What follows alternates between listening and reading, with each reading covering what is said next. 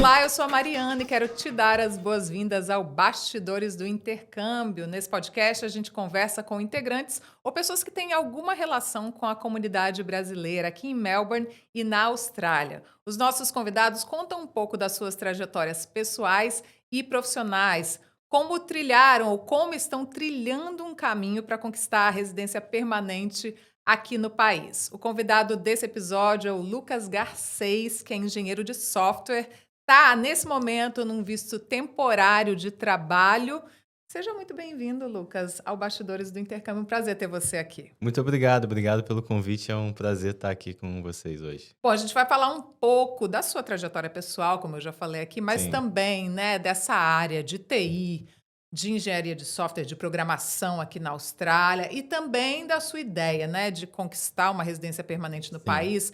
Qual caminho você tem trilhado para isso? Então, primeiro eu queria saber da sua relação com a sua profissão, né? Há sim. quanto tempo você está nessa profissão, você atua na área de tecnologia da informação e mais especificamente nessa área de programação? Sim, isso é uma pergunta muito boa, inclusive, porque quando a gente fala de imigração, o tempo que você está na área, os anos de experiência, eles contam bastante, né? Inclusive, Uhum. pode ser um fator decisivo para você conseguir um visto, uma residência ou não.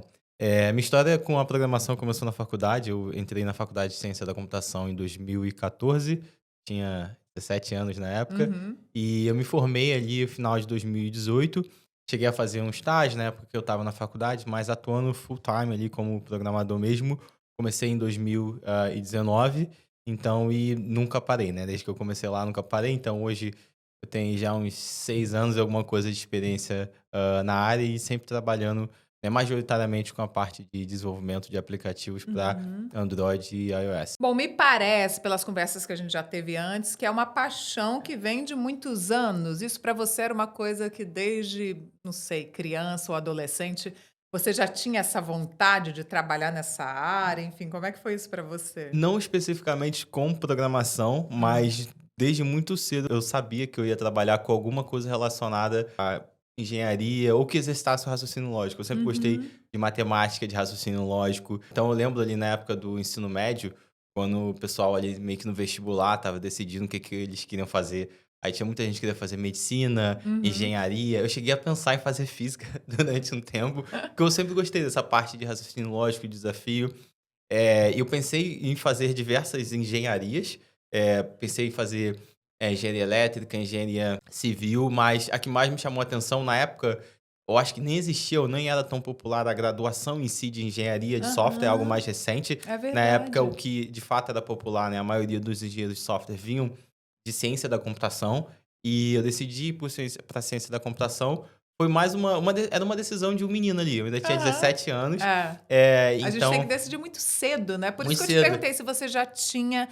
Porque tem gente que realmente já tem uma paixão e já sabe que quer fazer aquilo, mas a gente é muito novo ainda, quem Muito novo. sai da escola e já vai para a faculdade para Sim, decidir o sim. que a gente quer da nossa vida, Sim, né. exatamente. Eu era muito novo, mas das possibilidades que eu vi ali no ensino médio, eu vi que ciência da computação e programação era o que mais parecia se encaixar com o Uhum. que eu desejava para o meu futuro, e foi uma escolha acertada. Na época, quando você escolheu ou quando você ainda estava na faculdade ou recém-formado, você já tinha essa visão de: "A minha profissão pode me possibilitar muitas coisas", por exemplo, no sentido de morar em diferentes lugares do mundo? Porque TI, a área de TI em si e programação, né, eu acredito que seja uma das profissões que mais abre portas em diferentes países, continentes, para os profissionais, não é? Exatamente. E eu digo que uma das vantagens da área de TI, de programação, é que a profissão ela é exatamente a mesma em qualquer lugar do mundo. Hum. Tecnologias, processos, dia a dia, a única coisa que vai mudar é o idioma. É. No caso, no Brasil eu trabalhava em português, aqui eu trabalho em inglês. E essa vontade, esse desejo de talvez sair do Brasil começou ali na faculdade. Na Hum. época que eu estava na faculdade, o governo federal tinha aquele programa do Ciências Sem Fronteiras, onde Sim. estudantes, iam fazer intercâmbio em universidade exterior.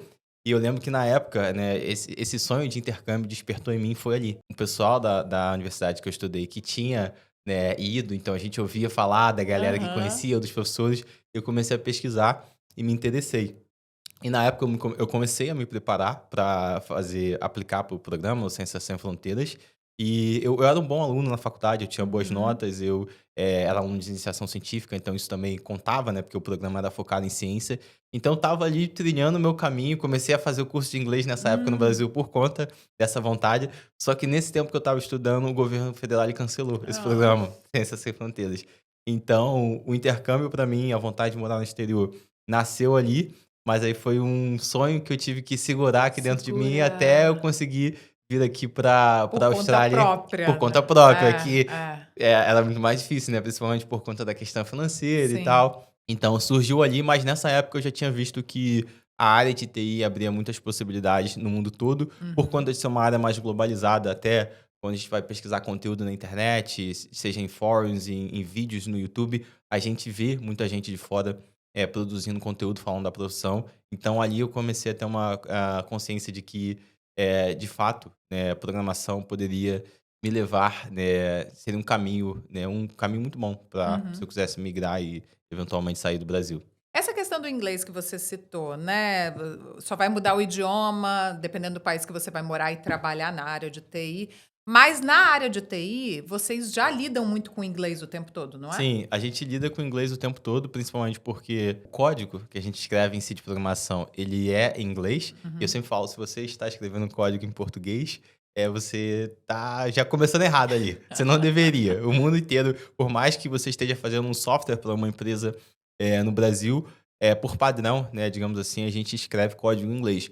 Conteúdo que a gente consome em inglês, documentação, por exemplo, a gente vai ver Hum. uma linguagem de programação, uma nova tecnologia.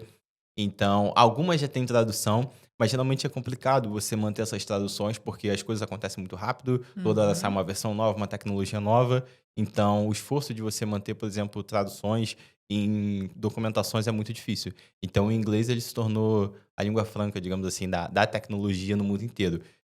Então, sim, a gente já tem esse contato mais inicial ali, o que eu acredito que seja até talvez uma pequena vantagem com, por exemplo, outras áreas onde a pessoa não vai ter contato É. com o inglês ali no dia a Ou o dia. vocabulário vai ser muito diferente, né. Às vezes a Sim, pessoa já até tem o inglês, mas chega para trabalhar num outro país e o vocabulário daquela área específico, né, o sim, vocabulário específico para aquela área é diferente, enfim. sim, sim, Então isso pode. isso influencia bastante. Eu tenho, né, meu pai e minha irmã, eles são advogados, né, eu fico Hum. imaginando, assim, porque direito é algo que muda completamente Ah, de um país para direito outro. é, Então, assim, direito é basicamente uma profissão que eu acho que você teria muita dificuldade é. de migrar. Eu já conheci inclusive pessoas que vieram para a Austrália, advogados formados e atuantes no Brasil, Sim, que optaram conheci uma pessoa que optou por refazer o curso de direito melhor aqui na Austrália, porque realmente é muda outra completamente, sim, né. sim. Bom, primeiro como foi trilhar o caminho, né, da sua profissão ainda no Brasil? Como é que você se desenvolveu lá no período que você passou lá após se formar? Então, após ali eu me formar na faculdade, eu já sabia no meu TCC, no meu trabalho de conclusão de curso, eu desenvolvi um aplicativo para minha faculdade. Hum. E eu gostei, e eu vi que tinha uma oportunidade, que era uma tecnologia que estava crescendo ali na época, e eu gostei, eu achava legal desenvolver um aplicativo, eu podia ver no meu celular e mostrar para as pessoas, olha só o que eu fiz, né? Porque todo mundo já utilizava aplicativo nessa época. Sim. Então eu decidi Isso foi em que ano, isso então? foi em 2019. Tá. Me formei no final de 2018. Aí no início de 2019, eu falei assim: eu não vou tentar pegar o primeiro emprego que aparecer. Na Uhum. época, eu tinha um outro trabalho assim que eu fazia meio que um freelancer, que não era nem relacionado à programação, que me dava um dinheirinho ali, eu conseguia pagar as contas. Eu falei: não, beleza, eu vou continuar estudando. Comecei a fazer uns freelancers ali em 2019, no início de 2019, alguns projetos freelancers. Até que em 2019 eu entrei ali na primeira empresa como trabalho full time ali no Brasil Uhum. mesmo. Para quem conhece o Rio de Janeiro, ali na Barra da Tijuca, foi o meu primeiro, Uhum. emprego. Aí ali eu fui começando a área, né, comecei nessa empresa, aí fiquei, 1 ano e pouco ali, e eu tive também a oportunidade a gente teve uma onda muito grande de oportunidades na área de tecnologia e programação no período da pandemia, porque todo mundo estava ali, né, no Sim. lockdown, então as empresas acabaram tendo ali que na força bruta Na ter emergência ter ali, que né, as pessoas tudo começaram a trabalhar de casa, e aí tinha que dar um jeito de fazer acontecer, né. isso, tudo ficou online, tudo precisava É. de tecnologia. Então, a demanda por profissionais de tecnologia, programadores subiu muito, e eu aproveitei essa fase ali para subir um pouco na minha carreira, mudei de Uhum. emprego, melhorei, salário, trabalhei mais um ano e pouco ali em outra empresa, aí depois eu voltei um tempinho ali fazendo, uns freelancers, e ali em 2022 eu já estava me planejando para vir pra Austrália, né, mudando o ano, aí eu tive mais um emprego lá no Brasil antes de Uhum. vir pra Austrália, alguns meses antes de vir para cá em setembro de 2022. E antes de vir para cá, você também criou o seu canal no YouTube, né? Sim, sim, eu tenho um canal no YouTube onde eu falo majoritariamente de programação e obviamente, eu falo agora também um pouco sobre a Austrália, Uhum. principalmente mais focado na parte de tecnologia, então eu tenho vídeos no meu canal onde eu falo de como é que foi o meu processo seletivo aqui na Austrália, como foi o meu processo, de visto, como é o dia a dia de trabalhar numa empresa, aqui na Austrália. Então eu criei meu canal no YouTube o primeiro vídeo foi em janeiro de 2022, Uhum. então foi uma forma que eu encontrei ali de juntar, a minha paixão, minha profissão, que era programação, com uma vontade que eu tinha de fazer algo a mais, ter algum outro projeto e eventualmente, empreender, né, também com tecnologia. Então hoje eu também tenho, um curso online onde eu ensino sobre, né, as tecnologias que eu trabalho, desenvolvimento de aplicativo e tal. Então meu canal no YouTube ele faz parte desse ecossistema, digamos assim, que eu tô construindo aí em relação a, tanto a minha área, enfim, e a programação. O canal chama Coffee Stack, Coffee é Stack, isso? é o Coffee Stack. Uhum. Então deixar o link aí, pedir pra você É, deixar o link na exatamente. A gente descrição. deixa o link na descrição, gente, para quem quiser conferir o canal do Lucas, porque é isso, eu achei interessante, eu dei uma olhada no canal. A parte que diz respeito à programação, eu, assim, não consigo entender nada, porque eu sou totalmente leiga nessa área. Mas tem esses vídeos também. Bom, é importante para quem trabalha na área, quem quer se desenvolver, quem quer aprender mais. Mas é interessante que também tem esses vídeos sobre a sua vida na Austrália, né? Sobre Sim, exercer a sua profissão aqui, todos os passos que você deu na mudança de visto, inclusive, né? A gente vai falar sobre isso sim, ainda. O Lucas veio com visto de sim. estudante, agora está no visto de trabalho. Então é bem interessante para quem tem interesse em saber mais sobre isso. E aí, como que surgiu a ideia da Austrália e como foi todo o planejamento até você vir para cá? Bom, eu sou um engenheiro, então eu sou muito pragmático e sistemático. Então, boa parte das decisões que eu tomo na minha vida, envolve processos sistemáticos e pragmáticos. Então, Hã. assim, eu tava: qual é o meu objetivo? Meu objetivo é que eu sair do Brasil, porque eu quero, aprender inglês de fato, porque eu não conseguia falar inglês, Uhum. e eu quero ter oportunidade, obviamente, de conhecer, de morar em outra cultura, aí de exercer minha profissão. E eu fui olhar, ok, quais são os países no mundo onde eu posso migrar? Aí, países de língua inglesa, a gente tem Estados Unidos, Canadá, Inglaterra, Irlanda, Austrália, Nova Zelândia. Aí eu já fui eliminando os países que são muito frios, né?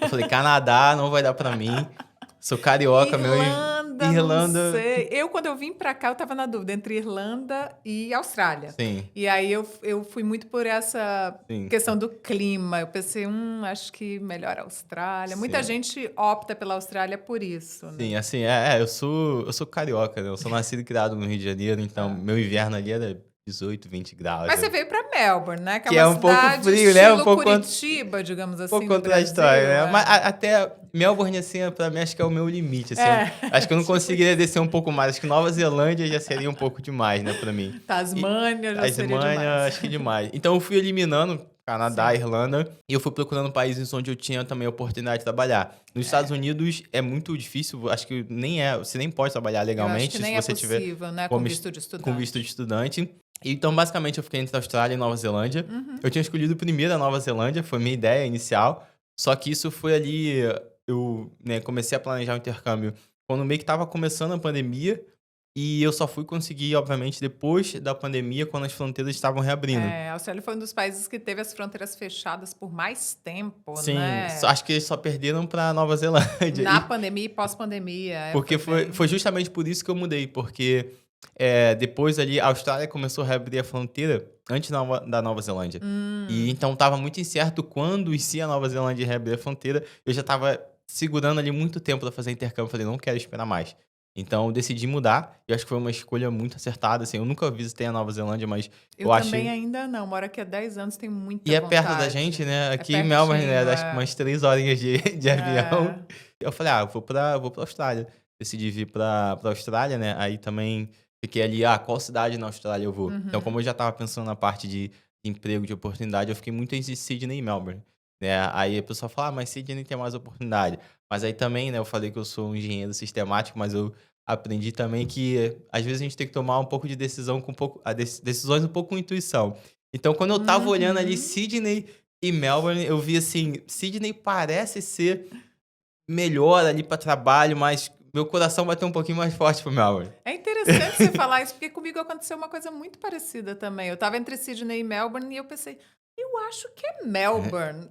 Tem Sim, isso sim. também, né? De você É, sentir o que você. sim, eu acho que às vezes a gente também tem que deixar essa intuição um pouco, né? O nosso É, coração um pouco é. tomar ali a decisão. E no meu caso, assim, eu sou super feliz. Eu acho que eu Uhum. já visitei Sydney algumas vezes, nunca Sydney é morei. lindíssima, né? É uma das S- cidades mais lindas que eu Sim, já é visitei. Eu muito lindo. comparo, claro que não é que tenha nenhuma relação, mas assim, em beleza, tanto beleza natural quanto as praias e mesmo a parte, né, da cidade em si, eu comparo um pouco com o Rio, que são duas cidades que eu sou muito apaixonada, que são cidades belíssimas, realmente maravilhosas. O Rio ainda mais, vai.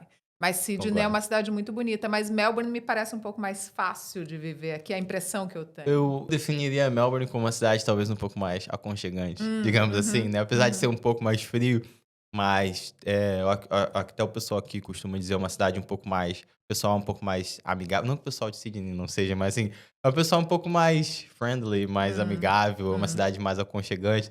Você gosta de comidas, de cafés, assim, Melbourne é bastante famoso, né, pelos restaurantes e pelos cafés Sim. também. E aí você chegou e já, então, gostou da cidade, foi se adaptando. Como é que foi essa chegada como estudante? Porque é interessante as pessoas saberem, né, como você conseguiu se inserir no mercado de trabalho aqui sendo estudante. Muita gente Sim, questiona, o visto de estudante me limita, porque eu tenho limite de horas de trabalho, né? Hoje, nas leis australianas, quem está aqui no visto de estudante pode trabalhar no máximo 48 horas por quinzena, né, 24 horas por semana. Então, muita gente fala que tenta ingressar na área, mas tem essa barreira, porque às vezes a empresa quer contratar alguém para trabalhar a tempo integral e você não sim, tem essa possibilidade, enfim. Então, eu queria que você falasse dessa sua experiência, da chegada, da procura por trabalho, porque você logo conseguiu se inserir no sim, mercado, né, sim. de TI, de programação. Eu costumo dizer que foi uma combinação, eu era a pessoa certa, no lugar certo, no momento certo. Eu acho que a vida tem muito disso, tem, fatores que a gente controla e fatores que a gente não controla. O fator que a gente controla é eu quero estar o mais preparado possível para quando Uhum. chegar o momento, né, a oportunidade aparecer, eu poder agarrar. E foi justamente isso que aconteceu. Eu cheguei aqui em setembro de 2022, após a pandemia, e foi um momento, histórico, eu acredito que na Austrália, que foi quando o governo permitiu que estudantes trabalhassem full time. Ah, verdade, porque durante a pandemia muita gente foi embora da Muita gente foi Austrália, embora. né, porque o governo não oferecia tantos subsídios, né, para que as pessoas que não tinham como trabalhar naquele momento se sustentassem, enfim. Então, quem estava em visto temporário, muita gente optou por ir embora, enfim. E aí, pós-pandemia, faltava muita gente, né, no mercado de trabalho aqui em várias áreas. Então, o Sim, governo resolveu abrir essa brecha aí, né, temporariamente, para que estudantes trabalhassem em sim. tempo Eu lembro integral. de quando eu cheguei aqui em Melbourne, assim, logo fazendo curso de inglês nas primeiras semanas, eu fui a gente ia no Starbucks ali tomar um café. Ninguém hoje em dia. Depois de um tempo você não toma mais café no Starbucks, né, em Melbourne. É Mas só quando na hora que você você chega, vou no chega, Starbucks. Depois você vê que tem vários outros tem muito. cafés mais Aí eu interessantes. lembro de ir no Starbucks um dia, assim, com a galera da classe, e o Starbucks estava fechado e tinha uma plaquinha, tipo, cara, a gente não tem funcionário, tá? Estamos contratando e por isso que a gente tá É. fechado. Então, realmente, tinha uma demanda muito grande e o governo australiano liberou o trabalho full-time por conta disso. E eu cheguei ali em setembro de 2022 e eu pensei, eu vou dar um tempo pro meu inglês melhorar um pouco. Pensei assim, talvez daqui uns 3 meses eu começo a procurar vaga. Só que na época eu vim com um amigo meu também, e ele também é da área de TI. A gente falou, por que a gente não tenta? O Uhum. máximo que pode acontecer é um não, É um não que entendeu? a gente já Que a tem, gente né? já tem, o não a gente já tem, exatamente. Exatamente. Então a gente decidiu começar a aplicar pelas oportunidades. E assim, no início foi bem complicado ali, muito por conta também do inglês. Uhum. Meu inglês não era bom, assim, eu não conseguia conversar direito ainda em inglês, mas eu já tinha um inglês um pouco mais técnico, então quando o assunto era entrevista, emprego, eu já estava um pouquinho mais Hum, treinado, né? Treinado ali nas perguntas e sim. respostas, então conseguia, por exemplo, o pessoal me ligava, eu conseguia ali minimamente falar no telefone. Eu esbarrei muito na questão do visto, né? Porque as empresas perguntavam, beleza, a gente gostou do seu perfil, mas qual é o seu visto? Aí eu falava, tô em visto de estudante, mas aí eu já falava, não, mas eu posso trabalhar full time. O governo agora tá permitindo e tal. Então, assim, na época eu lembro que eu devo ter aplicado para umas 15 vagas. Então é um funil, né? Eu apliquei assim num processo ali de mais ou menos talvez um mês, mais ou menos um mês eu devo ter aplicado umas 15 vagas. Eu devo ter recebido umas 10 chamadas de volta. Eu fiz mais ou menos uns 5 processos seletivos e recebi 2 ofertas de emprego. Olha que legal. Então, aí eu decidi aceitar uma dessas ofertas. Então, assim, até foi bem rápido, porque eu cheguei no final de setembro. Então, ali, umas 2 semanas depois, comecei a procurar emprego. Na primeira semana de novembro, se eu não me engano, eu já estava trabalhando aqui como engenheiro de software. Então, por isso que eu digo que foi uma combinação, né, de ser a pessoa certa, no lugar certo, no momento certo. Eu tinha as Entendi. habilidades necessárias e também o cenário, né, estava Naquele favorável. momento, Estava favorável. exatamente. Agora eu já ouvi falar que tem pessoas que mesmo com a limitação do visto de horas de trabalho, né, conseguem trabalho na área, porque muitas empresas desse setor de tecnologia da informação já têm o hábito de oferecer o patrocínio para o visto de trabalho, que é o que aconteceu com Sim, você, enfim. Então as pessoas algumas empresas contratam aquela pessoa, mesmo trabalhando meio período, sim. né, para decidir se vale investir o visto de patrocínio, né, oferecer o patrocínio para o visto de trabalho para aquele profissional, enfim. Você sabe de outros casos de pessoas que conseguiram trabalho na área, mesmo com esse limite de horas? Eu conheço uma pessoa que ela conseguiu meio que trabalhar ali meio período, ela não chegou a receber oferta, teve o Uhum, projeto que ela estava trabalhando não deu certo, mas sim, tem essa possibilidade, uhum. é possível sim. Conheço gente também que fez alguns outros caminhos, por exemplo, gente chegou como estudante, depois fez o visto lá de postgraduated. Tem gente que Ah, é já veio direto, verdade. né, com visto de patrocínio de trabalho. E quando uma empresa, né, que principalmente na área, eu falo, né, da minha área de TI, de programação, ela vai te contratar, ela provavelmente já está pensando nisso, em como é que. Porque o processo de contratação de um engenheiro de software, ele é um processo custoso para a empresa. É um processo que ele leva tempo, não é fácil e demora um tempo até a pessoa rampar na empresa. Tá. Então, se você fizer uma escolha errada, pode ser que isso custa muito dinheiro e custa tempo na empresa. Uhum.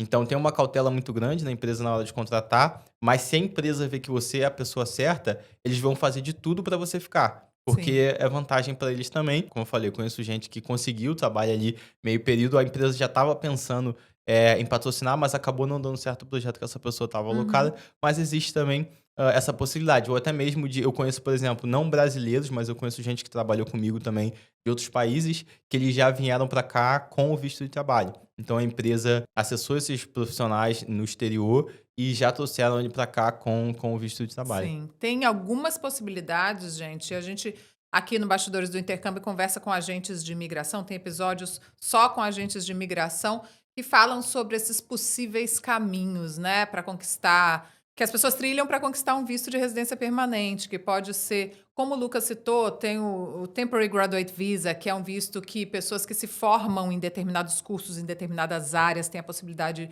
de pedir esse visto, que é um visto que te possibilita trabalhar em tempo integral depois de formado, para conseguir o tempo de experiência necessário para depois dar entrada num visto Sim. permanente. Tem esse visto, né, do patrocínio do empregador, que é um visto temporário de trabalho, que é o que o Lucas está. Então, se você quiser saber mais, você pode consultar um agente de imigração ou pode também dar uma olhada nos vídeos que a gente tem aqui no canal com agentes de imigração. Para você, como é que foi então? Você entrou nessa empresa e pouco tempo depois eles te ofereceram o patrocínio para o Sim, visto? foi exatamente assim. Como eu falei, as empresas na área de tecnologia, elas querem que o profissional fique, né? Elas vão fazer de tudo ali para você ficar. Então, quando eu estava aplicando para o processo, o RH da empresa já tinha me perguntado assim, se eu tinha formação e quantos anos de experiência eu tinha, justamente já pensando numa movimentação ali para o visto, porque isso conta na hora de aplicar para o visto de trabalho. Então, eu comecei a trabalhar nessa empresa em novembro de 2022 e quando foi em janeiro, a empresa já começou a conversar comigo. Falou, Lucas, ó, seu visto de estudante vai expirar em março, a gente quer patrocinar o seu visto de Que trabalho. É ótimo. isso aqui que você precisa. Eu já tinha a graduação, eu já tinha uns anos de experiência, então ali no parte do processo que eu precisava fazer era o seguinte: primeiro o teste de inglês, É. que a gente precisa fazer, o pessoal geralmente faz o IELTS ou o PTE, que é bem famoso, eu fiz o PTE. É, isso que eu ia te perguntar, por que que você escolheu o PT? Aí vai do gosto do freguês, É, gente, é mais ou menos isso. exatamente. Porque o PT é esse teste de inglês que ele é todo baseado no computador, né? E mesmo na parte da prova de... Quando testam sua habilidade de fala, né? De falar em inglês, você está falando com uma máquina, você não está falando com uma pessoa. E tem também isso de você saber como funciona a prova. Então, você pega umas manhas ali, tem gente que paga curso, né, preparatório, enfim. O IELTS já é um pouquinho diferente, também feito a maior parte no computador, mas, se eu não me engano, ainda...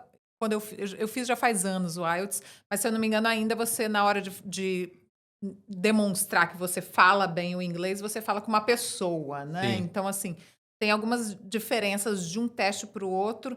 E aí você escolheu o PT por quê? Porque você já sabe lidar com os computadores, né, Lucas? Então... Eu acho que o PT, na época, eu analisei assim. Eu não vou falar que existe um teste que é mais fácil que o outro. Eu acredito Sim. que existe um que vai ser mais favorável Uhum. pro teu perfil. No meu caso ali, eu achei que eu entendi melhor. Eu acho que o PTE, ele é mais direto. Você consegue entender melhor o processo, né? E eu me senti um pouco mais confortável. E o segundo motivo também, o PTE, o resultado sai bem rápido, por ser um teste. Às vezes o IELTS ali demora algumas semanas, se eu não me engano. Eu tava ali numa luta contra o relógio, eu não podia também ficar, né, perdendo muito tempo. Então, eu achei que o PTE poderia me favorecer mais naquele momento. Eu cheguei a fazer um curso online ali, uma plataforma que era mais para conhecer as questões, porque eu faço uma analogia com a galera que está no Brasil, se você já fez algum vestibular, o Enem. É sobre conhecimento também, mas também é sobre você conhecer o mecanismo da prova, como a prova funciona. Porque na hora que você está na prova, você não precisa entender como a prova funciona, você precisa conhecer as questões, você bater o olho na questão, você já sabe como é que é aquela questão e como é que você tem que responder. Então, isso te dá muito tempo na hora que você está fazendo a prova. Para mim fez toda a diferença fazer. Eu fiz um curso presencial, porque tem escolas de inglês aqui na Austrália que oferecem cursos preparatórios para o IELTS. Eu fiz um presencial numa escola, assisti canais no YouTube, vídeos de canais no YouTube que davam dicas para o IELTS, e para mim fez toda a diferença entender como a prova funcionava, porque é o que você falou. Claro que testa o seu conhecimento, mas se você não entende a dinâmica da prova, você vai perder tempo, Sim, né, na você hora perde de... tempo. E assim, você pode pegar, por exemplo, se você pegar, às vezes, um falante nativo de inglês que ele nunca não conhece o processo, obviamente ele não vai tirar uma nota muito ruim, mas ele pode não tirar uma nota tão boa justamente por ele não conhecer o processo. Ele sabe inglês, é a língua nativa, mas ele não entende o modelo da prova. Eu já vi o Então, caso de, se eu não me engano, uma irlandesa que não passou não passou. numa dessas provas oficiais de inglês, gente. Sim, Porque é isso, você tem que tem que entender. conhecer o processo da prova. E aí, como foi? Aí você fez o PT, você passou de primeira? Como Passei foi? passei. A nota, assim, pro visto de trabalho não era tão alta, a exigência. Uhum. Era um inglês ali que era ok, assim. Eu tive umas 2 semanas ali para me preparar para a prova, então fiquei final de semana estudando.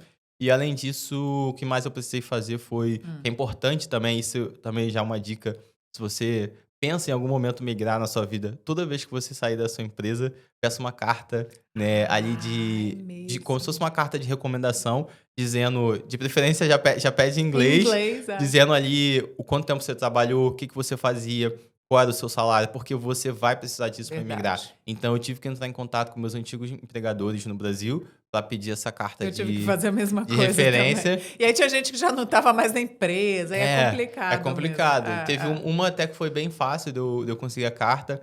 A outra, eu tive que entrar em contato com um amigo meu, que eu trabalhei lá na época, ele estava na empresa, ele conseguiu falar com o RH, aí eu consegui a carta, mas eu tive, por exemplo, um amigo meu que a empresa fechou. E aí, como é que você pega essa carta de referência? Aí você tem que achar o manager que trabalhou lá na época. Então, é complicado. Então, assim, uma dica aí, se você estiver no Brasil, saiu da empresa. Já pega a cartinha, Já pega a cartinha já ali, já pede inglês lá. É isso, já procura o modelo de referência aqui, né, em inglês e já pede a carta ali. O que mais que você teve que apresentar, então? Nota no teste de inglês, as cartas, né, dos empregadores anteriores. E a minha formação também, eu sou formado em ciência da computação no Brasil. Peguei o meu diploma e tive que traduzir, né? Então, paguei uma tradutora aqui para traduzir o meu diploma. E basicamente foi isso. Muita gente me pergunta também Existem diversas graduações na área de TI, né? Existe ciência da Ah, computação, sistema da informação, engenharia de software, análise e desenvolvimento do é. sistema. Então eu digo assim, né? Eu faço o disclaimer, eu não sou um agente de imigração, não sou um advogado de imigração, mas via de regra, pelo que eu vi no processo e pelo que eu ouço, o que a Austrália vai considerar a graduação ali suficiente para você é um bacharel, uma graduação que tem pelo menos 4 anos. Então, uma ciência da computação, uma engenharia de software. Se você faz uma análise e desenvolvimento de sistema, que no Brasil a gente chama de tecnólogo, Uhum. já entra num. Como se fosse. Aqui na Austrália a gente tem, né, a classificação ali É, que é de, como é abaixo, né, do do bacharel, bacharelado, do né? bacharelado. É, é. Então, se você tiver uma análise e desenvolvimento de sistema, provavelmente você vai precisar um pouquinho mais de anos de experiência. Uhum. Aí entra Ah, naquela. é. Aí tem várias regrinhas, gente, várias coisas que, mais uma vez, é Sim, importante a gente reforçar. Você acabou de falar, mas é importante sim, reforçar. Consulte um agente de imigração, um advogado de imigração, para entender o seu caso específico, porque cada caso é um caso, e as exatamente. regras mudam o tempo Muda o todo, tempo enfim. todo, muda o Então, tempo né? todo. Inclusive, foi no final de 2023, não sei se foi no final, acho que foi no final de 2023 para 2024, ou de 2024 para 2025, Hum. não lembro. Eles mudaram algumas regras com relação a esse processo de quanto tempo de experiência você precisava, de quanto tempo você precisa estar na empresa para conseguir uma residência. Então, esse processo muda o tempo Sempre todo. muda. É, então é importante mesmo sempre consultar um profissional que entende do assunto, que vai poder analisar o seu perfil, a sua situação, seu histórico, profissional, pessoal, tudo isso conta, Sim, né? sim, E custos, Lucas, porque tem também, você tem que pagar a taxa do visto, que também vai variando, às vezes tem os reajustes, enfim, o custo da prova de inglês, tem sim. alguns custos envolvidos sempre, viu, Então, gente? E tem o tem, tempo também de espera para o visto sair, né? Enfim, como é sim. que foi isso para você? Então, custo eu paguei, eu não paguei, mas eu paguei. Como é que foi Hum, que funcionou? Vamos lá. Coisas que são pessoais suas, por exemplo, teste de inglês. Você está fazendo pro visto, mas é algo pessoal seu, que vai ficar para você. A sim. empresa não vai pagar.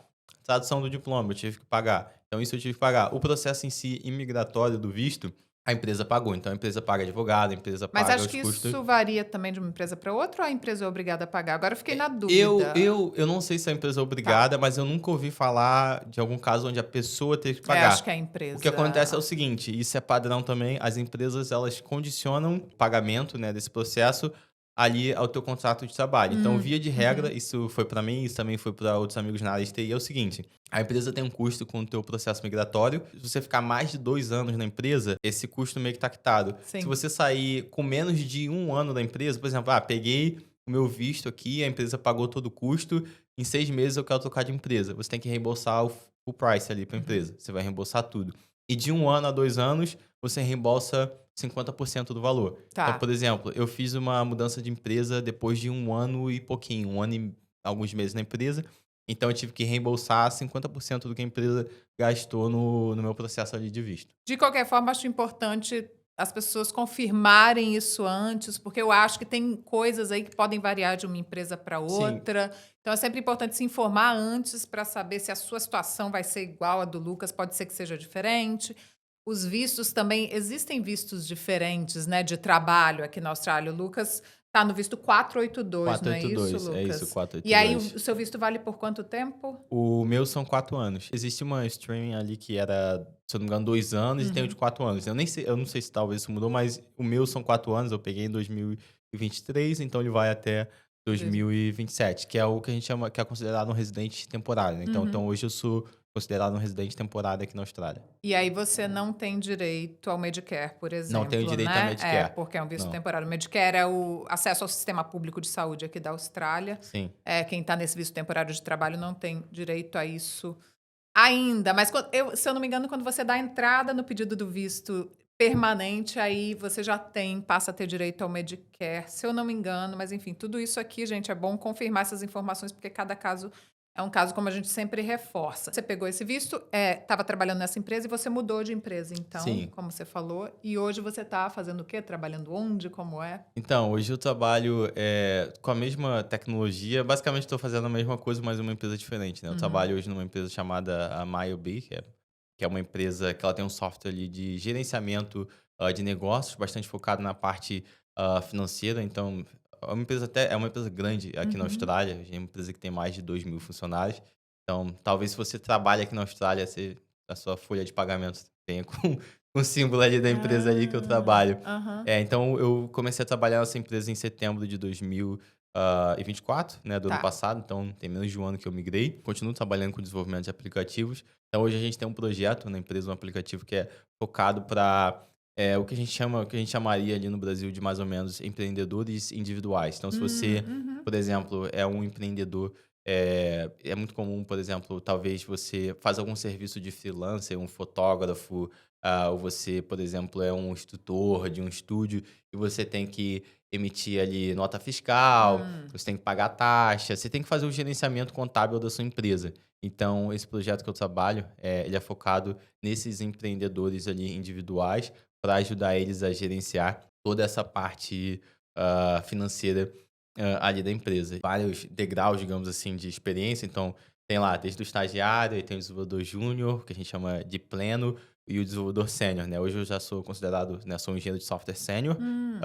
Então, hoje, meu trabalho, eu diria, muita gente me pergunta também como é que é o dia a dia, e hoje eu diria que o meu trabalho, ele é um pouco dividido, ele é muito técnico ainda, então eu tô ali no dia a dia escrevendo código ali, programação, mas eu também participo muito de processos ali, de decisões ali também, por exemplo, quando a gente vai desenvolver uma funcionalidade nova, então eu tô junto ali com o time de produto, com o design, a gente tem que conversar, principalmente porque eles querem sempre um feedback técnico, antes de começar a criar uma nova funcionalidade, um novo produto, eles precisam ter insights técnicos.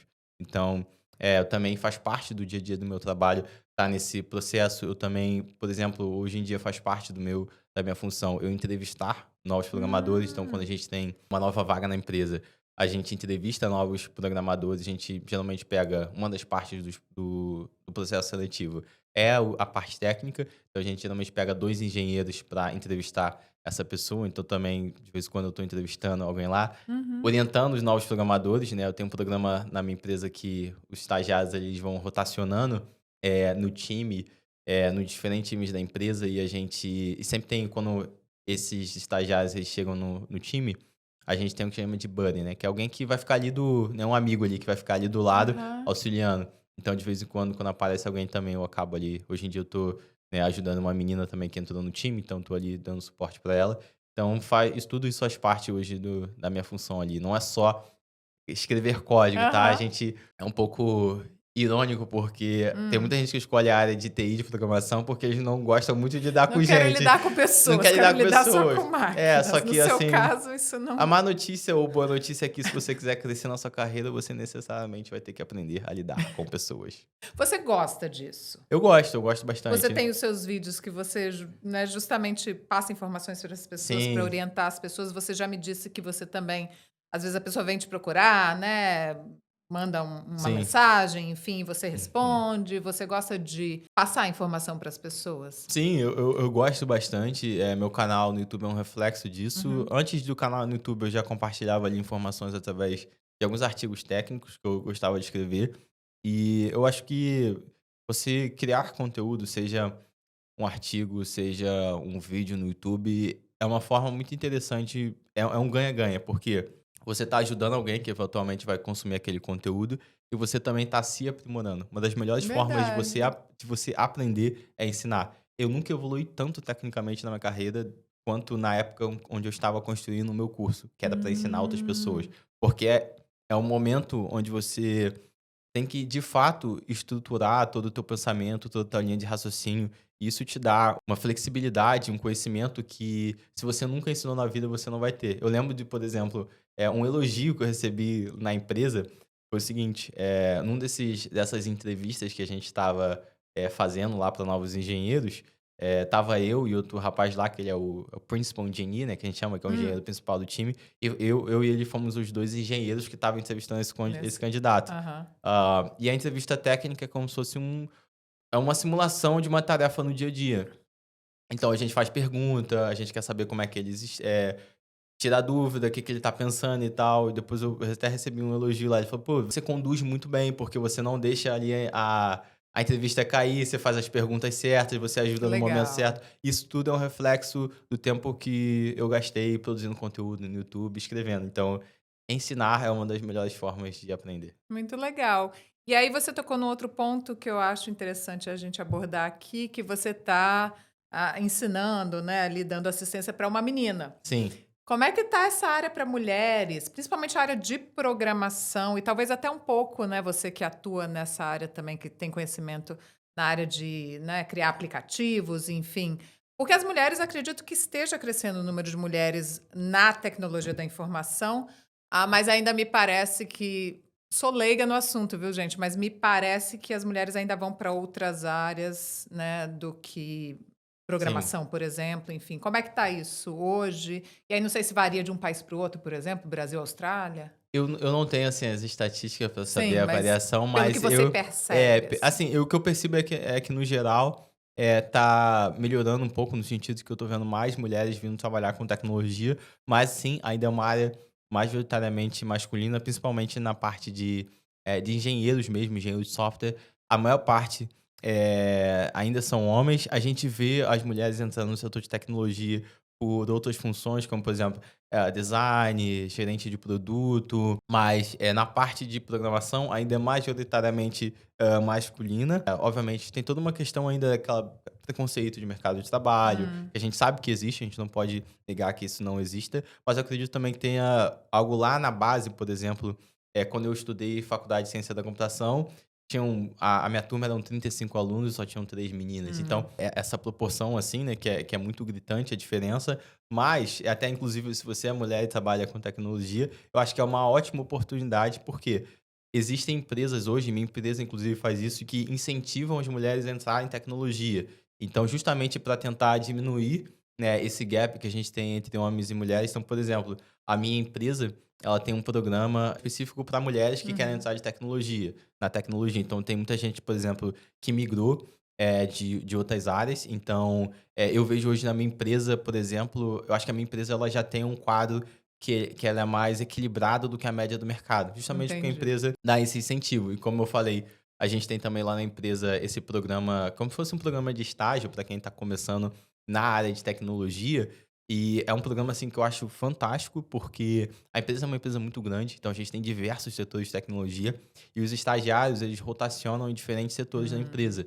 E eventualmente esses estagiários acabam caindo lá no meu time. Desde que eu comecei a trabalhar lá, já passaram 4 estagiários no meu time, e desses 4 estagiários, 3 eram mulheres. Ah, que Então, bom, justamente que por conta legal. desse incentivo. Uhum. Então, eu acredito, né, espero que daqui a alguns anos a gente tenha um equilíbrio um pouco maior, né? Porque eu já tô vendo ali no início ali a galera que tá começando já tá um Sim. pouco mais equilibrado do que se você for olhar, por exemplo, pra galera, sei lá, se você for pegar os programadores que já trabalham há 5, 10 anos, você vai ver que quase não vai ter mulheres lá. Mas se Uhum. você for olhar para os programadores mais iniciantes, já tem equilíbrio um pouco maior. Então, acho que é algo que ainda tem uma diferença, mas que tá melhorando aí Tá com o tempo. mudando. Sobre o trabalho em si, né, nessa área de programação, dá para citar diferenças da cultura de trabalho, digamos assim, do Brasil para a Austrália? O ambiente de trabalho, a cultura de trabalho, enfim, tem algumas diferenças que você consegue citar para a gente? Eu acho que, assim, as 2 maiores diferenças que tem são, obviamente, o idioma e a diferença cultural. O dia a dia em si, o que você faz, não tem muita diferença, como eu falei. Para quem é de tecnologia, vai saber as ferramentas que eu vou falar. Comunicação, a Hum, gente utiliza o Slack, Teams, gerenciamento de tarefas, tem uma ferramenta chamada Gira, processos no dia a dia, que a gente trabalha com sprint, com planning. Então, os processos, as tecnologias são o mesmo, mas a cultura eu acho que é um pouquinho diferente. hum. Acho que uma coisa que é claro, que eu sempre falo que no geral, tá, brasileiro a gente não tem muito compromisso com o horário. Então no Brasil, por exemplo, quando eu fazia reunião, era muito comum, a reunião estar marcada para as 9 da manhã, só que aí a gente meio que ficava esperando até 9h10 a galera Ah, entrar. sim. Gente, vamos esperar quem está É. atrasado chegar para a gente começar a Assim, a reunião? reunião tava ali de 9 às 10 e às Hum. vezes a reunião ia, cara, 11h30. Isso não Hum. acontece na Austrália. Isso acho que Ah, nunca. Assim, se a reunião estiver passando 2 minutos, 3 minutos, já. Ou ali a pessoa que tá comandando a reunião já vai é pedir um pouco de verdade. desculpa. Ou se tiver alguém, por exemplo. Isso acontece e é super normal, por exemplo. Tá uma reunião que tá todo mundo. Tem várias pessoas que têm que falar. Aham. Seu fulano, tem tem mais 5 minutos aí, É verdade, entendeu? tá certo. Já aconteceu isso comigo no trabalho aqui na E Austrália também, eu acho né. isso super. Eu adoro isso, porque eu acho que o brasileiro, de forma geral, a gente encara isso como uma falta de educação. Pô, vai ficar pressionando o cara. Não, é falta de educação sua não tá respeitando o horário dos outros. Então, eu acho que essa é a principal diferença que eu vejo ali cultural. Tem muito essa questão do horário. E eu acho que aqui na Austrália o pessoal preza mais pelo equilíbrio entre vida Hum, profissional e pessoal. Aí entra todo um fator do que de fato é a Austrália, de como é que é a economia, de ter um salário que mesmo o salário mínimo aqui é claro. muito alto. Então, eu vejo que aqui a galera na Austrália, no geral, isso não só em TI, qualquer profissão, eles não vivem para trabalhar, né? Eles É, trabalham para viver. isso, é Então, eu, por verdade. exemplo, geralmente eu faço o escritório 9 às 5, às vezes eu chego um pouco mais tarde, 9h30, quase 10 horas da manhã. Então, quando eu chego um pouco mais tarde, eu fico até mais tarde. Uhum. Se eu fico na empresa até 5h40, 5h50, 6 horas da noite, Já não tem mais não ninguém. tem mais ninguém. É eu e a faxineira. É tipo isso, um Exatamente. outro cara ali.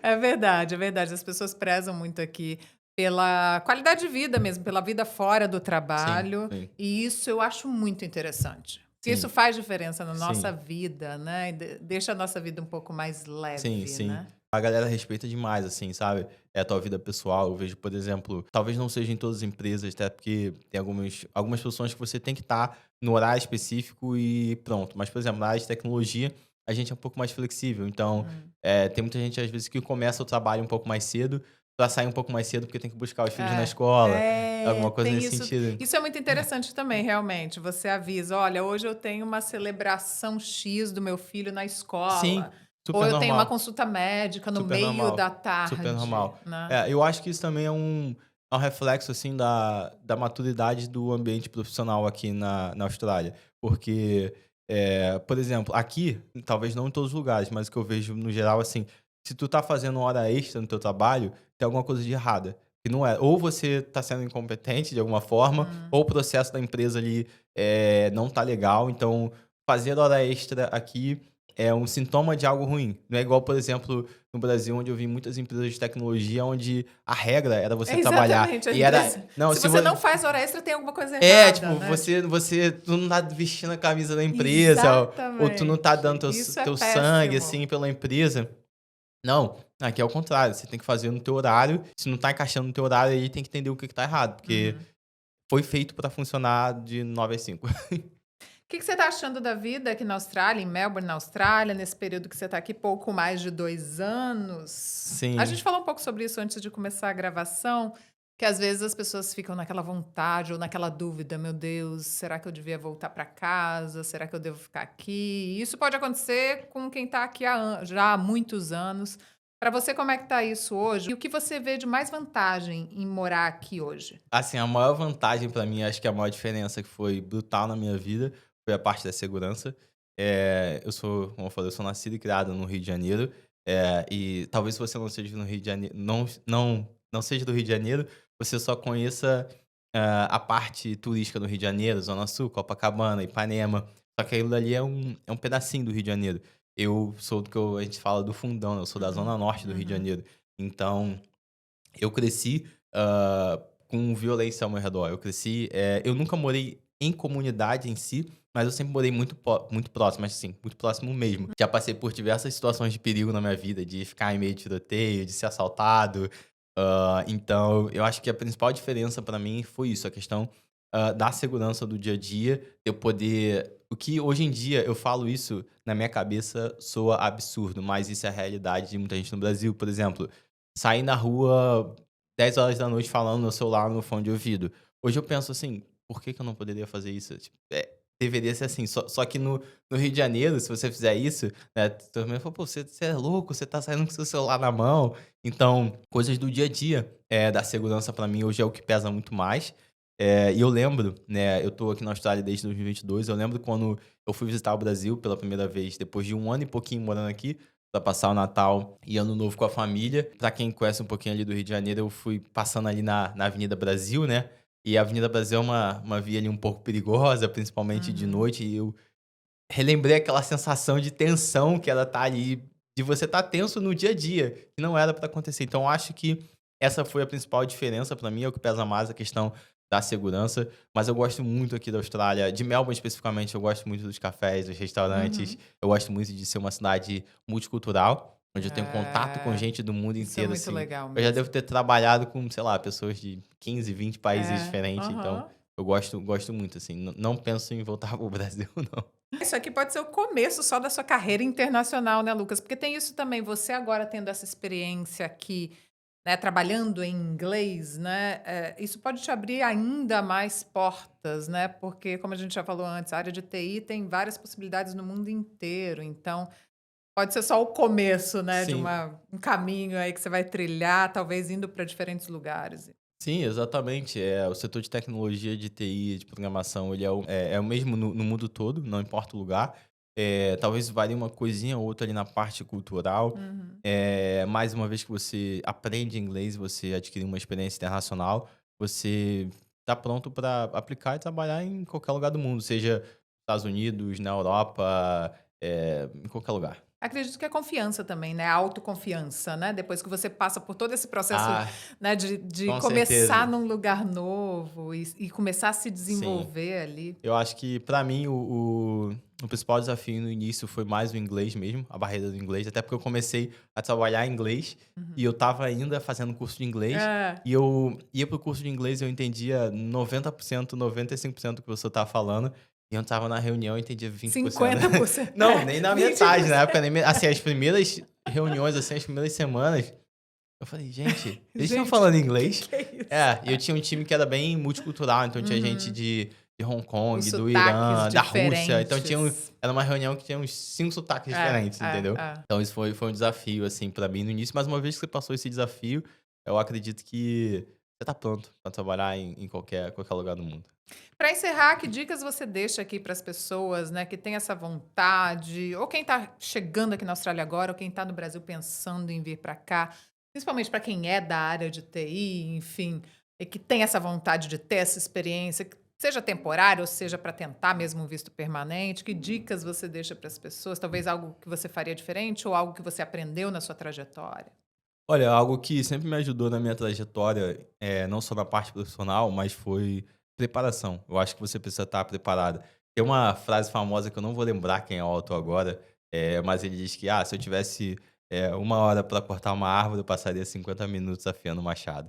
Então, eu acho que uma coisa que eu vejo que a galera, peca muito é na preparação e não entender o processo. Então, se você quer vir aqui para a Austrália, seja através do intercâmbio, seja através de um visto de trabalho, se você vai precisar fazer um teste ali de inglês técnico, entenda como funciona o processo, entenda o que você precisa, consulte um advogado de imigração, gaste um tempo entendendo, conversando com pessoas que já passaram pelo caminho que você quer trilhar. E uma vez que você sinta confortável, que você tenha o seu caminho definido, aí é aquela que a gente chama visão de túnel. Aí você abaixa a cabeça e executa o seu plano. Porque aí eu acho que o segundo erro também é a galera começar a executar um plano e ficar pensando: "Ah, mas e se eu fizesse?". Não, você gasta um bom tempo se preparando, entendendo o processo, entender o processo, é visão de túnel, abaixa a cabeça, estuda, trabalha, e vai seguindo, ali no caminho.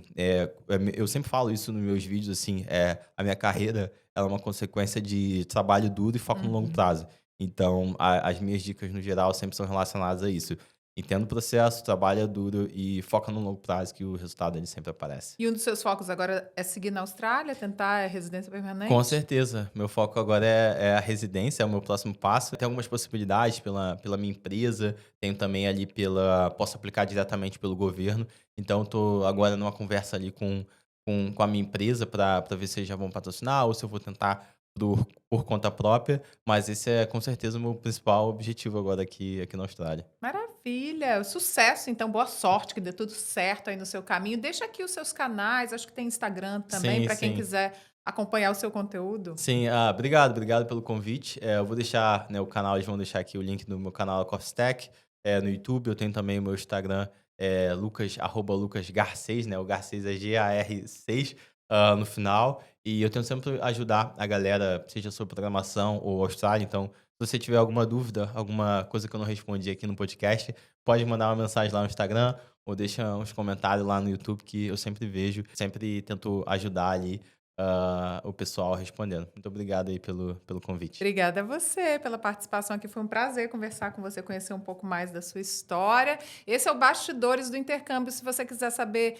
conhecer mais histórias inspiradoras, como a do Lucas Garcês, segue a gente aqui no canal, acompanhe os nossos vídeos e até a próxima.